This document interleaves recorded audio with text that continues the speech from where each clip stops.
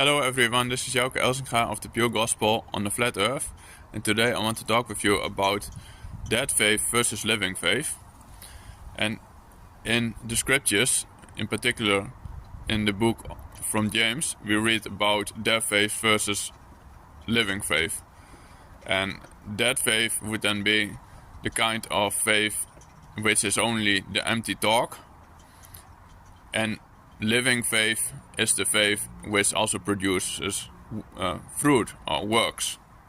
So in that case, you allow Jesus to produce fruit through you.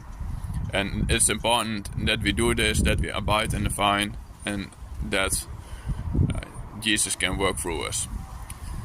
Well, but there's actually another kind of dead faith, which I want to talk with you about right now.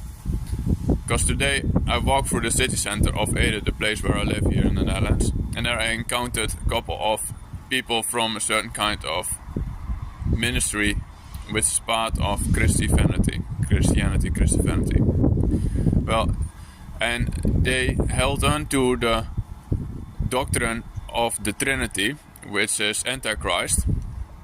So based upon that, I knew that their faith was completely fruitless and useless and in vain, basically. So in that case, you also speak of that faith, because in order for people to be on the right track, one has to abide in the truth. And Jesus promoted the truth, and he told his disciples plainly that he went to his Father and their Father, his God and their God. But according to these people, Jesus himself is God.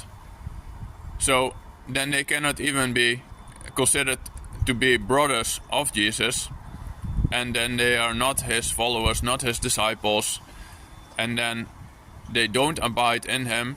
And if they would put the work in to self-examine, to examine themselves, then they would discover that Jesus would not be within them, and he would never approve of this false testimony that they bring.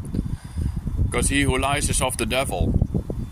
And there you see how dangerous it is when someone deludes himself, because they were quite euphoric about their belief system and that they were saved, etc.